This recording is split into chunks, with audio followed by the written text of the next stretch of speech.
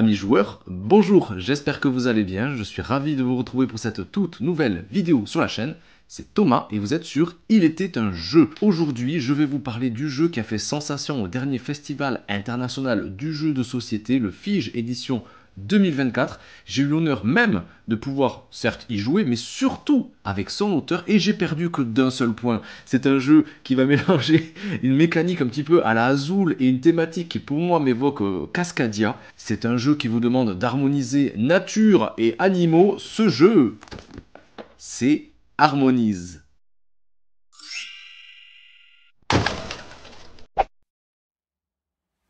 Harmonise est un jeu de construction de paysages en harmonie, oui, avec ses animaux, imaginé par Joan Benvenuto et illustré par Maeva da Silva. Le but sera de créer des paysages en plaçant pas à pas des jetons colorés, tout en essayant d'y associer des territoires pour accueillir au mieux ces fameux animaux. Votre sens tactique sera mis en avant pour tenter donc de combiner au mieux paysage et animal afin de gagner le plus de points de victoire. On commence par placer le plateau central au centre de la table sur sa face adéquate en fonction du nombre de joueurs. On vient placer ensuite l'ensemble des jetons paysages dans le sac pour maintenant venir en placer 3 au hasard sur chacun des 5 emplacements du plateau. On vient maintenant mélanger les cartes animales, on en dévoile 5 juste à côté. Le reste des cartes constitue une pioche. Les cubes animaux, on les place eux aussi à proximité du plateau. Chaque joueur récupère un plateau personnel. Ces plateaux sont recto-verso, à vous donc de décider sur quelle face vous allez tous jouer. Mais pour vos premières parties, il est recommandé de jouer sur la face A et de prendre une aide de jeu. Le dernier joueur à avoir observé un magnifique paysage est désigné premier joueur. On peut orienter donc la flèche du plateau central dans sa direction. On est maintenant prêt à débuter la partie. En débutant par le joueur actif et en premier lieu donc par le premier joueur puis dans le sens horaire, chacun va effectuer une action obligatoire et 2 actions optionnelles et ce, dans l'ordre de son choix. L'action obligatoire, c'est de prendre et de placer des jetons afin de créer des paysages. Pour cela, on prend simplement les 3 jetons d'un emplacement du plateau central, puis on les place sur son plateau personnel dans l'ordre de son choix, mais en respectant certaines règles de placement. Premièrement, un jeton peut toujours être placé sur une case vide. Deuxièmement, on pourra superposer ces jetons, mais pas tous. Seulement les montagnes par-dessus des montagnes, mais au maximum 3 fois.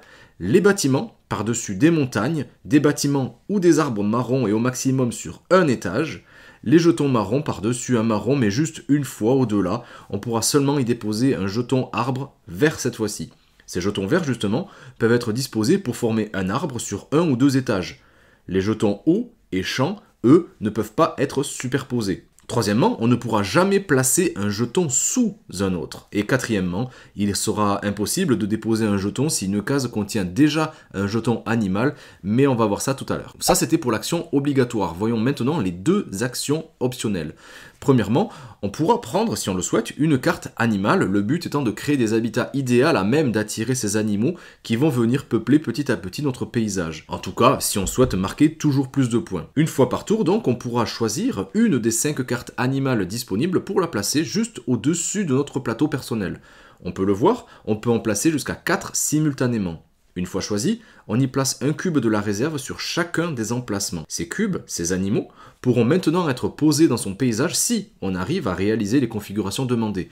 Sachant que si on y arrive, on devra obligatoirement poser le cube sur une case précise. Vous le voyez, plus on arrivera à créer des paysages pour accueillir nos animaux, et plus on marquera de points de victoire en fin de partie. Petit plus, vous remarquerez aussi que pendant vos parties, que le nombre de cubes disponibles sur une carte animale, correspond également au même nombre d'animaux illustrés sur sa carte. Je vous laisse regarder ça. C'est précisé dans les règles, mais pour vos premières parties, on vous conseille de privilégier ces cartes animales avec une bande de couleurs différentes à chaque fois. Ces couleurs déterminent aussi celles des jetons sur lesquels on devra déposer ces fameux cubes animaux. Donc pour éviter de se bloquer, diversifiez les couleurs des cartes. La deuxième action optionnelle sera donc de poser un cube animal. Et je vous rappelle qu'on peut réaliser ces actions dans l'ordre de son choix. Et ici, on pourra le faire autant de fois qu'on le souhaite, mais surtout que l'on pourra. Pour cela, il faudra tout d'abord que le motif paysage demandé soit exactement et strictement respecté, sachant qu'on peut évidemment l'orienter dans n'importe quel sens. Ça compte pour l'ordre d'enchaînement des motifs, la taille des montagnes, des arbres et des bâtiments.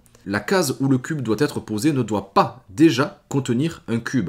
Et on l'a vu, les bâtiments en rouge peuvent être de n'importe quel type, c'est-à-dire que le jeton du dessous peut être gris, marron ou rouge, peu importe. Si c'est OK, eh bien on peut prendre alors le premier cube disponible le plus en bas de la carte animale et le poser sur le jeton qui lui est associé. Et lorsque le dernier cube d'une carte est posé, on peut maintenant mettre cette carte de côté, ce qui libère par la même occasion un emplacement prêt peut-être à accueillir une nouvelle carte par la suite. En gros, soyez malin, soyez tactique, et vous arriverez, j'en suis sûr, à combiner astucieusement les jetons pour compléter plusieurs objectifs, peut-être, sur un même tour de jeu.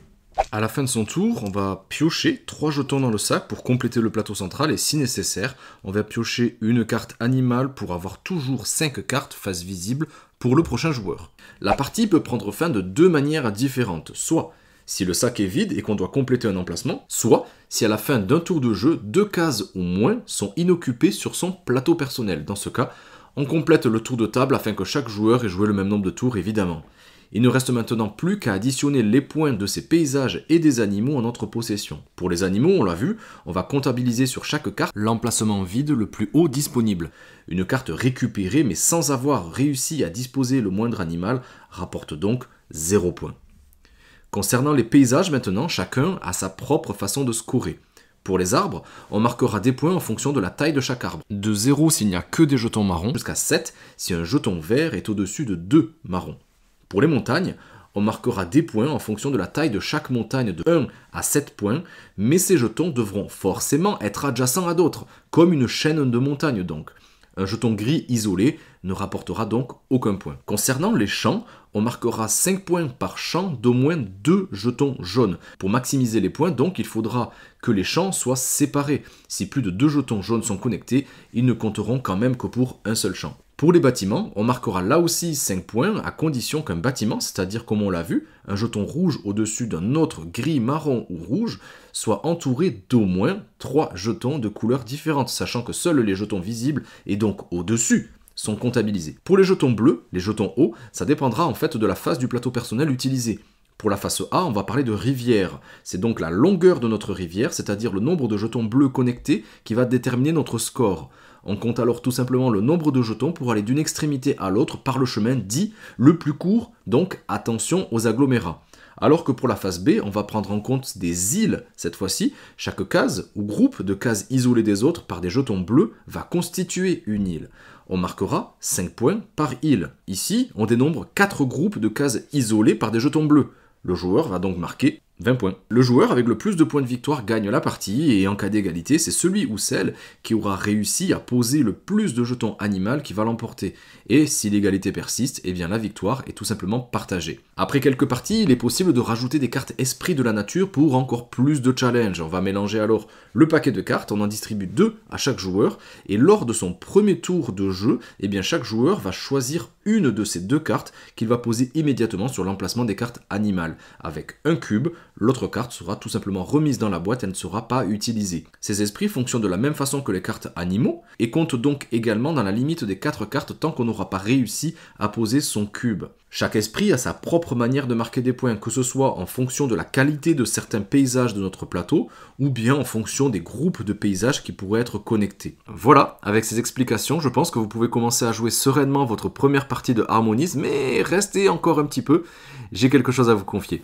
Donc vous l'avez vu, Harmonise, c'est aussi beau que bon, c'est vraiment très tactique comme jeu, abstrait quand même, il faut le dire, mais avec une thématique qui ravira eh bien, les joueurs amateurs et les joueurs aussi occasionnels. Tout le monde va pouvoir s'y retrouver, c'est un jeu qui a vraiment fait sensation, déjà par sa beauté comme je vous disais, tout le monde a été émerveillé d'abord par les cartes, et ensuite eh bien, abasourdi un petit peu par cette mécanique de jeu qui certes va mélanger, comme je vous disais, un petit peu de Hazo, un petit peu de Cascadia, avec le fait d'aller piocher d'emblée un lot entier, le disposer de manière astucieuse, et surtout après les plus techniques, les plus tactiques d'entre nous, d'entre vous, eh bien vont essayer voilà, de combiner au mieux entre les cartes animaux et les placements de jetons de paysage. Bref, c'est un excellent jeu que je peux que vous conseiller et bien acheter peut-être, pour moi en tout cas. C'est un des jeux aussi, c'est pas parce que tout le monde en a parlé, mais c'est un jeu qui fait sensation, c'est un jeu que j'aime vraiment beaucoup, et pour moi, on va en entendre parler, et peut-être même qu'il sera nommé dans une future catégorie, peut-être pour le festival de l'année prochaine. Et chose promise, chose due, comme je vous disais, eh bien j'ai une petite surprise pour vous, j'ai rien absolument à y gagner, mais alors absolument rien. C'est l'éditeur qui m'a fait part un petit peu de tout ça. Ils font une promotion, on va dire, avec des boutiques partenaires dont le lien vous pourrez les retrouver en bas de la description de cette vidéo. Vous pourriez y récupérer, si vous achetez le jeu, eh bien vous pourrez récupérer, hop là, ceci, qui est un goodies exclusif qui sera probablement en rupture très rapidement. À l'intérieur, on retrouve un nouvel esprit. C'est un dinosaure, et pas n'importe lequel, un tyrannosaure, donc moi je suis ultra fan. Et aussi, vous retrouveriez eh bien, des petits jetons esprit, justement, c'est les petits jetons. Au lieu de mettre un petit cube, eh bien, vous pourrez mettre ce petit jeton spécial juste ici. Donc n'hésitez pas, si vous voulez en profiter, eh bien, vous trouverez peut-être la boutique partenaire proche de chez vous qui participe à cet événement. Et bien voilà les amis, j'étais ravi de vous proposer cette vidéo sur Harmonize. Si ça vous a plu, n'hésitez pas à me lâcher votre meilleur pouce, à encourager vos créateurs de contenu préférés, à vous abonner, à activer la petite cloche pour être au courant des prochaines vidéos. Moi je vous laisse comme toujours avec le lien des différentes vidéos que je vous ai proposées, le catalogue qui s'affiche juste à mes côtés. Et je vous dis à très vite sur Il était un jeu. Ciao les amis!